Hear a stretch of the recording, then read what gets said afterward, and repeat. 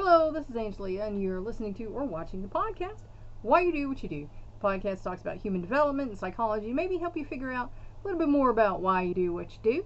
And yesterday we were talking about, the 5 factors of personality and personality traits. And we're going to take up a little bit more on that. This is something that a lot of people have an interest in. This body of work has made a powerful case for continuity of personality, because it does. It continues throughout your life. Now, it doesn't have to stay the same. Sometimes it does. If the people never learn, grow, experiencing anything new, they stay the same from day 1 to day, 120, whatever they have. I don't know. Other researchers using somewhat different systems of trait classification have had similar results. So it wasn't just this one guy that, got this figured out. There were other people who did the similar things and figured it out.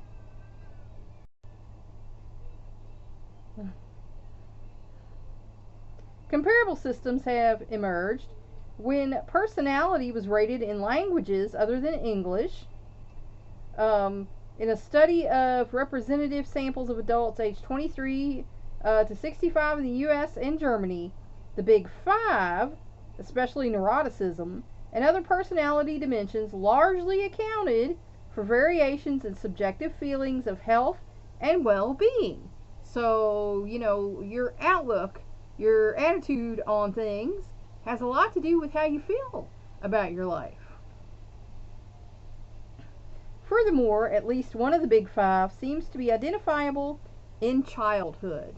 So kids already are leaning a certain way, and that has to do with the nature and also some of the nurture, because how the kids are being treated starts leaning them in a certain way.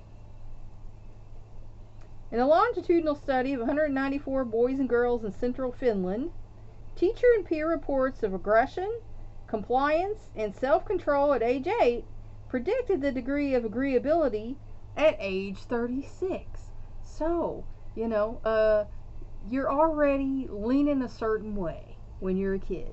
But like I said, if it's not the way you'd rather lean, you can intervene and change things for yourself.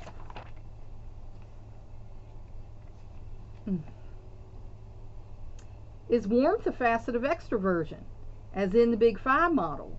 Or is it better classified as an aspect of agreeableness? Finally, personality is more than a collection of traits, because all of your experiences in life go to making your personality. So when we're talking about these traits, don't think that's a hard, fixed, all or nothing thing. You can change traits, you can grow out of traits. So your personality is a lot more than just the traits that you show to people. Typological models. Block was a pioneer in the typological approach. This approach looks at personality as a functioning whole that affects and reflects attitudes, values, behavior, and social interactions. So these things all play into the type of person you are, because you have certain attitudes. Not everybody has a certain attitude about the same things the same way, and we can see that in society today. Your values, everybody doesn't have the same values. Your behavior, it'd be nice if everybody behaved themselves, but a lot of people don't. So people behave differently, and people interact socially differently. So these things all come into play. Typological research is trait research, but seeks to complement and expand it. So these, the typological models understand, it's not just traits, it's not just types, there's more than that makes up a person. It's easy to label, and I know a lot of people do, but labeling is not complete. You might see a label that says this, but if you look on the back, there's all these other ingredients that make this thing. And people are like that. Using a variety of techniques, including interviews, clinical judgments, behavior ratings, and self-reports, researchers working independently have identified several basic personality types. And now here we're going to type. We've had different things, and now we're talking in studies about types. These 3 types that have oh my gosh, my brain just died, emerged in a number of studies are ego-resilient, over-controlled, and under-controlled. People of these 3 types differ in ego-resiliency or adaptability under stress. And that's important, because if you can't adapt under stress, you're going to have a hard time. And we have actually been programmed to adapt under stress. We have a higher brain, not like the animals that have just a lower brain. And we're supposed to be able to think on the ball. We have to think under stress, make decisions for our survival, because the Creator wanted us to survive. And ego control or self-control. A lot of people don't have that nowadays. Ego-resilient people are well-adjusted, self-confident, independent, articulate, attentive, helpful, cooperative, and task-focused. So these people, they're go-getters. They're ready and they're doing what needs to be done. Over-controlled people are shy, quiet, anxious, and dependable. They tend to keep their thoughts to themselves and to withdraw from conflict, and they are the most subject to depression. And so these probably, might have had an overbearing parent or anything that leads them to be over-controlled. And, if you think everything is in your control, that's going to be hard for you when it's not. And that's why they tend to be depressed, because they feel like nothing is in their control. There comes a point where they can only control the basics, not everything else, and then they fall apart. Under-controlled people are active, energetic, impulsive, stubborn, and easily distracted. And so these people, are a little too much, a little too outgoing. These or similar personality types seem to exist in both sexes, across cultures and ethnic groups, and in children, adolescents, and adults. So now we not only have, different models and types and everything. We're just putting this all, and what they found out in doing each of these studies basically is that humans are complicated. There's more to us than one thing. In a longitudinal study of 1,024 3-year-olds in New Zealand, observer rated personality types similar to the 3 categories just described showed predictable relationships to self-reported personality characteristics at age 19. So, like I say, usually we have a baseline, and we go back and forth and might veer off and things, but, mostly we are a certain way.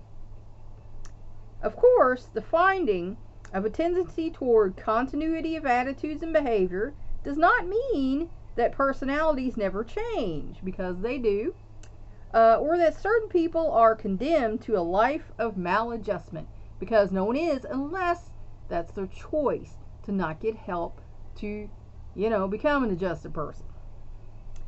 Under-controlled children may get along better in early adulthood if they find niches in which their energy and spontaneity are considered a plus rather than a minus, such as sports.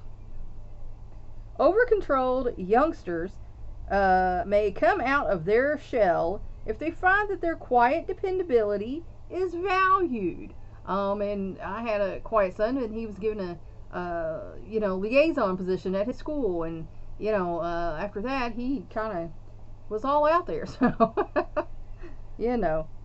although personality traits or types established in childhood may predict trajectories, the way you're going to go, or long-term patterns of behavior, Certain events may change this life course, and of course we all know that. I've had some traumatic events in my life, and most people do. And that does change your outlook on things, and it will change your behavior. For some young adults, military service offers a timeout period and an opportunity to redirect their lives.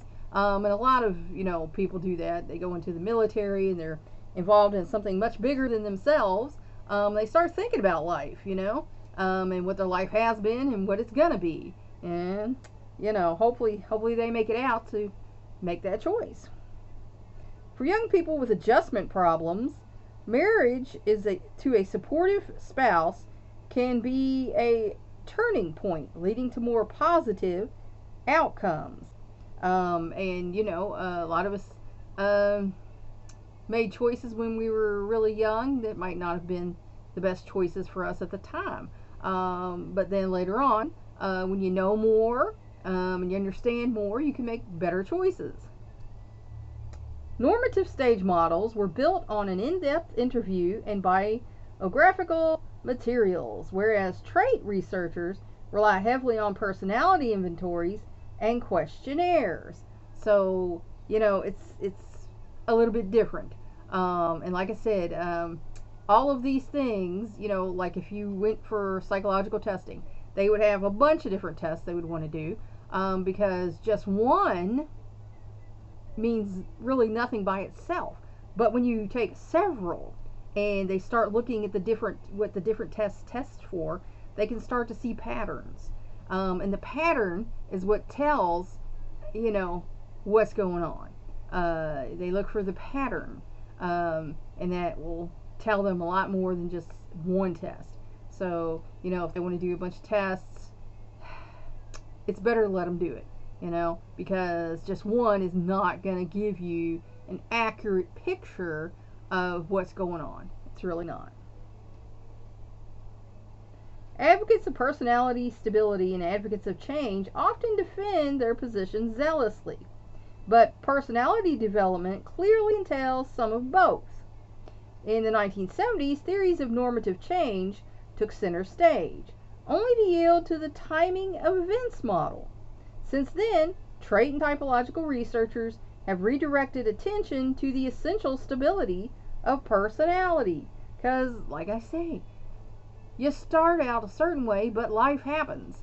And so then that might change your outlook, your mindset, the way you feel about things, the way you behave.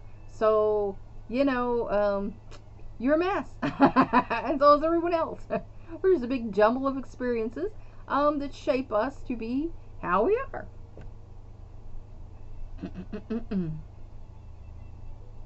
Recently, efforts have been made to pull these diverse approaches together. One leading team of trait researchers has mapped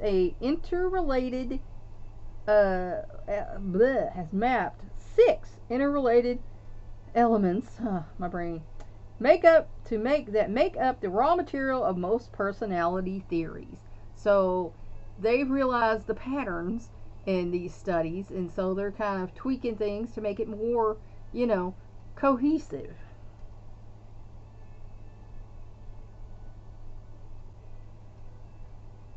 These elements are basic tendencies, external influences, characteristic adaptations, self-concept, objective biography, and dynamic processes. So they're taking all of these things with all the other things and comparing and looking for things, and they're going to put it all together. Basic tendencies include not only personality traits, but physical health, appearance, gender, sexual orientation, intelligence, and artistic abilities. So they're looking at more than just, personality traits of a person. These tendencies, which may be either inherited or acquired, interact with external environmental influences to produce certain characteristic adaptations. And so, like I say, it's the experiences in your life. You may be at a baseline of this because of your DNA, but your experiences shape where you go. Social roles. attitudes, interests, skills, activities, habits, and beliefs. So these are adaptations to our environment. For example, it takes a combination of musical inclination, a basic tendency, and exposure to an instrument, an external influence, to produce musical skills, a characteristic adaptation. So you might be, able to produce music, but you might not have an instrument. So therefore, you're not going to be able to play, are you? But if a child has that ability and that's made available to them, then they're going to be able to play. And then there's a child who doesn't have that ability. You give them the instrument and they're just like, forever. Maybe like me. I got a little bit of inclination, but it's not near as good as some people I know. I have a little cousin who plays violin, and she's smoking me, so.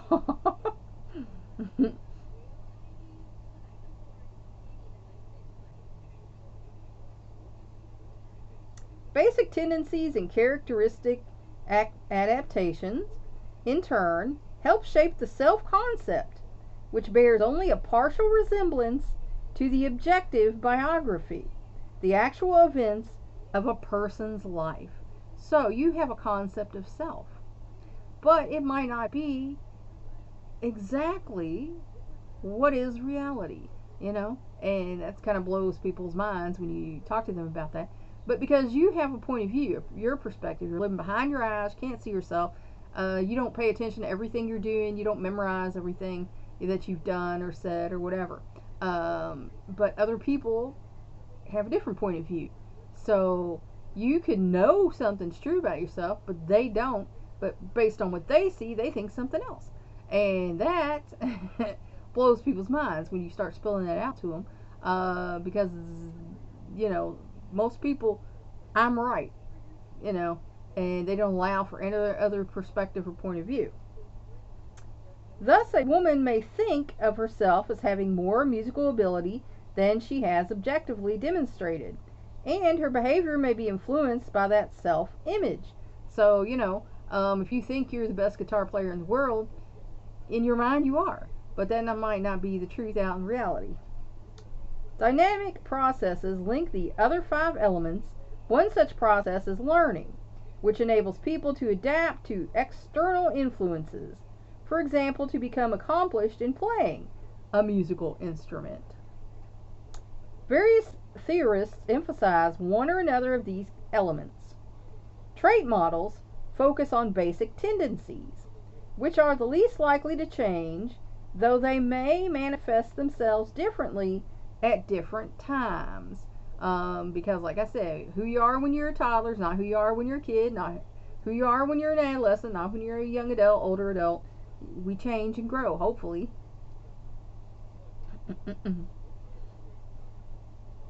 For example, an extroverted 25-year-old shoe salesman may, at 70, be lobbying against cuts in Social Security. Typological models seek to identify certain characteristic adaptations, such as resiliency. And, I was told by a psychologist once that I was very resilient. So that's good for me, and not so good for people who are not very resilient. Normative crisis models and the timing of events model highlight dynamic processes that reflect universal or particular aspects of the objective biography. So again, everything that you think is not necessarily, right. Sorry.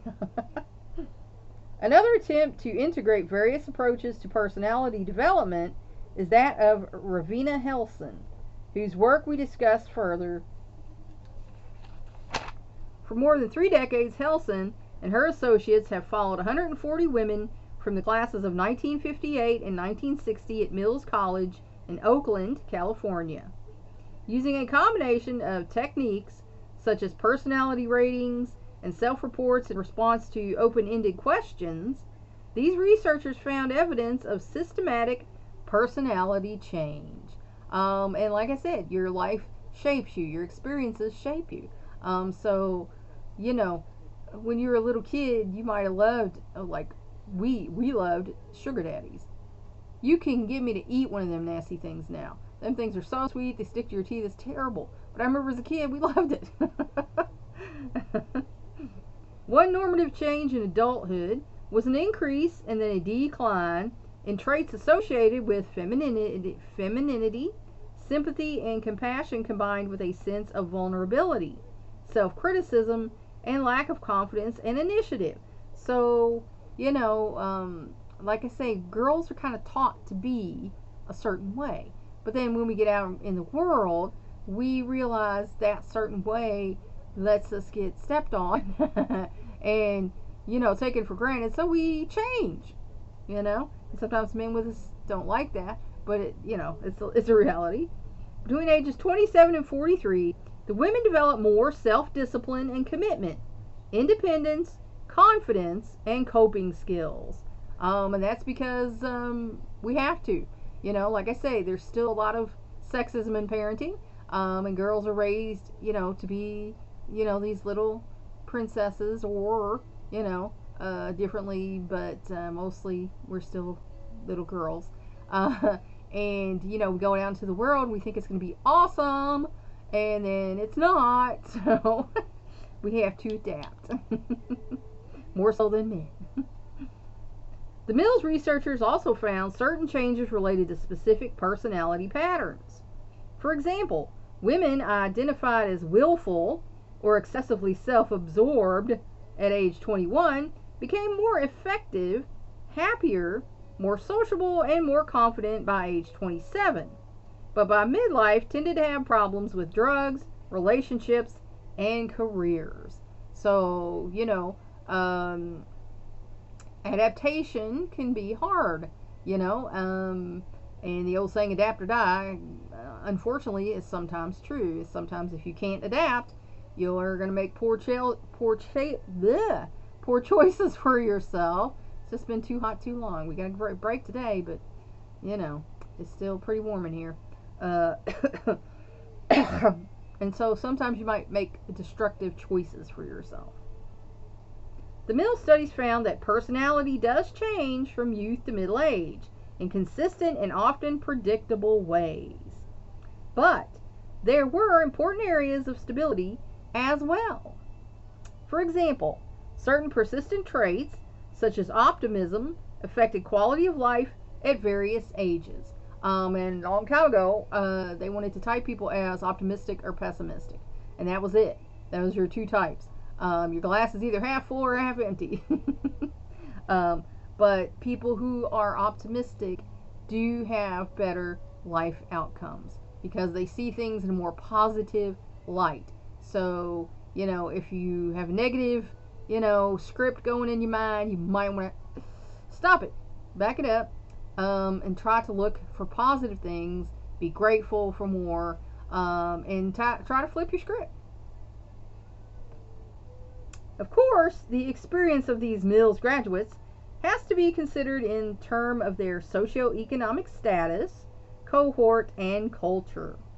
They are a group of educated, predominantly white, upper middle class women who lived through a time of great change in women's roles. Because, in between 58 and 60, women's lib was happening. I don't remember the exact year people was out there burning bras, but, I remember hearing about it.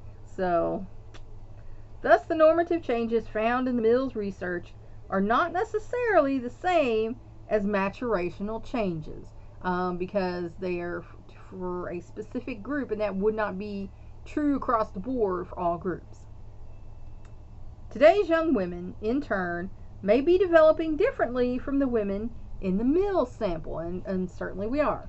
I was talking the one day about how, my parents, the women of my parents' generation were just now thinking that maybe they could have a life outside the home, and, that was a shame.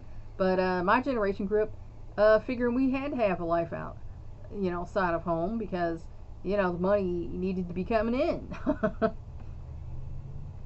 Foundations of intimate relationships. Young adulthood typically is a time of dramatic change in personal relationships as people establish, renegotiate, or cement bonds based on friendship, love, and sexuality. Because we start out in that a little bit, in the preteen, we have crushes, and then in high school, we have boyfriends, and, then we fall in love, get married, and all that kind of things, and make our own family. So, we change a lot. How do young adults enter into relationships? Usually it's just attraction, right? What skills are necessary for healthy relationships in young adulthood? Healthy relationships.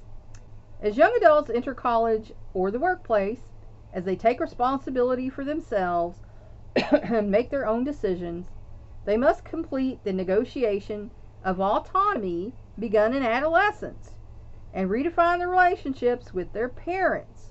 So, when they were teens, they started, distancing themselves a little bit. They started trying to break away.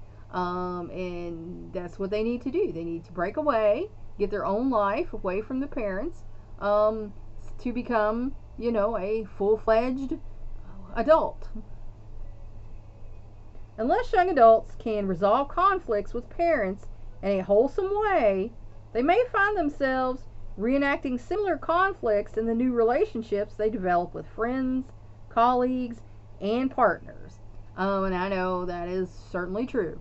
There was no resolution with my parents except to the point when I was 40 years old, and my mother decided to resolve our past and accept me as a person. And I was dumbfounded, but I did have problems in relationships because anyone who reminded me of her or my father, I didn't want anything to do with them. So I would not allow people like that in my life. And I know anytime my husband said anything that even reminded me of my father, that would trigger me, and I'd be like, no, I ain't taking this in my life. No. And so he had an overbearing mother and had the same problem. So we had a lot of fights that really weren't even our fights. It was back to the parents. So, that's why I preach couples counseling. They may also, perhaps for the first time, encounter peers of diverse ethnic groups, and they need to become aware of how intercultural differences shape perceptions and attitudes, because they most certainly do. If you only grew up around one certain ethnic group, then when you come across another one, you might not understand, and you might not like, even what's going on with them. But you have to be able to allow for that and to understand why they are the way they are. And, prejudice is stupid, because we're all in this little world, and, even we overlap. Even though there's borders, we overlap. So, just deal.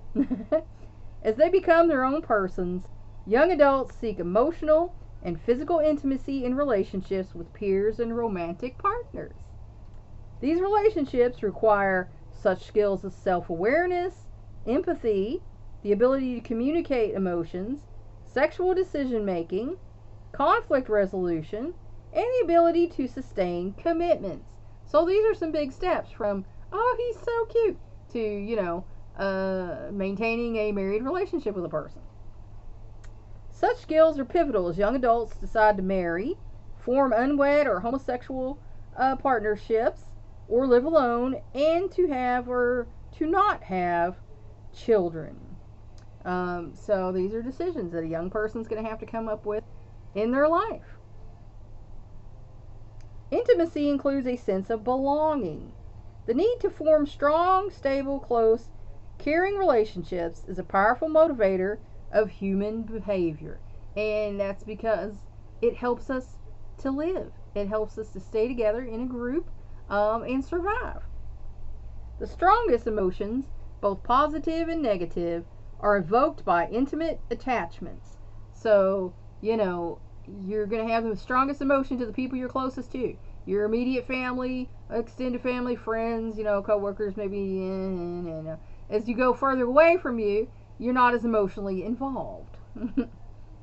And as we mentioned, people tend to be healthier physically and emotionally and to live longer if they have satisfying close relationships.